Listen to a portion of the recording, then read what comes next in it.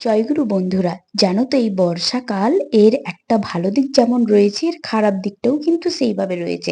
ভালো দিকটা বলতে কিছু কিছু গাছে এই সময় ফুল ফল সবজিতে ভরে যায় এবং সবুজে সবুজ লাগে চারিদিকটা, খুব আনন্দ লাগে দেখতেও। কিন্তু এর অপোজিট দিকটা হচ্ছে কেউ কোনো কোনো গাছ এই অতিরিক্ত বর্ষা আবার নিতেই পারে না। যেরকম আমাদের শরীর মাঝে মাঝে অতিরিক্ত কোনো কিছু নিতে পারে না, ঠিক গাছেদের ক্ষেত্রেও কিন্তু সেই রকমই হয়। কোনো গাছের ভালো লাগলেও আবার কোনো গাছ অতিরিক্ত বৃষ্টি সহ্য করতে পারে না। সেরকমই আমার ছাদ বাগানে এই জবা গাছটা দেখতে পাচ্ছ, এটা কিন্তু খুব সুন্দর একটা কালারের ফুল হতো। তো আমি দুদিন বর্ষার জন্য দুদিন পরে ছাদে এসে দেখলাম এই গাছটা আমার একেবারে মারা গেছে, একেবারে শুকনো হয়ে গেছে, মানে এও অতিরিক্ত জল সহ্য করতে পারে না। আর একটা গাছ ঝিমিয়ে গিয়েছিল দেখে ওটাকে ব্যালকনির ভিতরে এনে রেখে দিয়েছিলাম, দেখলাম কিছুদিন পরে সেই গাছটাও মারা গেছে। বাঁচানোর অনেক চেষ্টাই করেছিলাম কিন্তু হলো না বন্ধুরা, কি আর করা যায় বলো। টাটা।